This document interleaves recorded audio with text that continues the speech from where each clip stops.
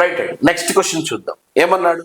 ఋగ్వేద మతానికి సంబంధించి ఈ క్రింది వాటిలో సరైన వాటిని గుర్తించండి అన్నాడు. అంటే కింద 4 ఆప్షన్లు ఇచ్చాడు, ఏదో ఒకటి మాత్రమే సరిగా ఉంది, వాటిని చూడండి.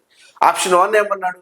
యజ్ఞయాగాలు జంతు బలులకు ప్రాధాన్యత ఇవ్వబడింది. ఏ టైంలో? ఋగ్వేద మతంలో. ఆప్షన్ 2 దేవాలయాలు మరియు విగ్రహారాధనకు ప్రాధాన్యత ఇవ్వబడింది. ఆప్షన్ 3 ప్రార్థనలు నైవేద్యాలతో దేవతలను ప్రార్థించడం జరిగింది.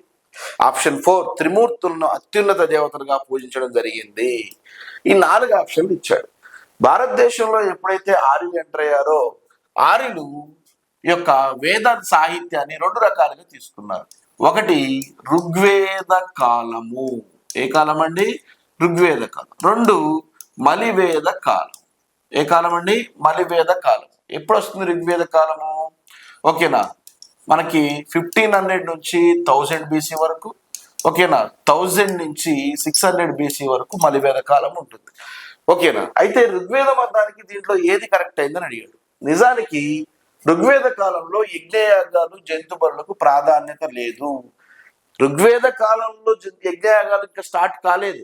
యజ్ఞయాగాలు ఎప్పుడు స్టార్ట్ అయినాయి? మలివేద కాలంలో స్టార్ట్ అయినాయి. ఎప్పుడు స్టార్ట్ అయినాయండి? మలివేద కాలం. సో ఒకటి అనేది రాంగ్. 2వది దేవాలయాలు మరియు విగ్రహారాధనకు ప్రాధాన్యత ఉంది అన్నాడు. ఇది కూడా రాంగ్. ఎందుకంటే ఋగ్వేద కాలంలో ఇంకా దేవాలయ కాన్సెప్ట్ ఏర్పడలేదు. ఋగ్వేద కాలంలో ఇంకా దేవుడికి విగ్రహ రూపాన్ని ఇవ్వలేదు. సో కాబట్టి ఇది ఎప్పుడు వచ్చింది? ఈ డెవలప్మెంట్ మలివేద కాలంలో వచ్చింది.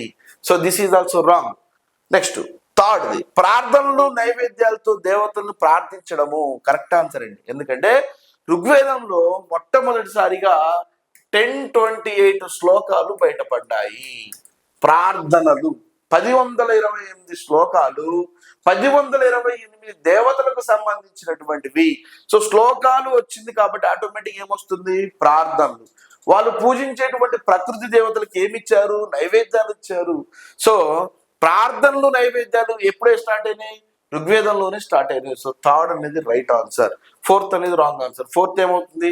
త్రిమూర్తులను అత్యున్నత దేవతలుగా పూజించారన్నాడు. ఋగ్వేద కాలంలో ఇంకా త్రిమూర్తులు రాలేదు. ఋగ్వేద కాలంలో మనకి కేవలం ప్రకృతి దేవతలే ఉన్నారు. ఎంతమంది ఉన్నారు? 33 మంది ప్రకృతి దేవతలు ఉన్నారు. త్రిమూర్తులు ఎప్పుడు వచ్చారు సరే అంటే మలివేద కాలంలో వచ్చారు. ఎవరా త్రిమూర్తులు? శివ, విష్ణు, బ్రహ్మ. ఎప్పుడైతే మలివేద కాలంలో త్రిమూర్తులు ఆవిర్భవించారో తర్వాత బలంగా మారింది వైదిక మతం. ఓకేనా. సో ఋగ్వేద మతంలో ఇంకా త్రిమూర్తులు రాలేదు, దేవాలయాల కాన్సెప్ట్ రాలేదు, యజ్ఞయాగాలు జంతు బలులు అనేవి మనకు రాలేదు. ఆన్సర్ వచ్చేసి ప్రార్థనలు. ఓకేనా, రైట్.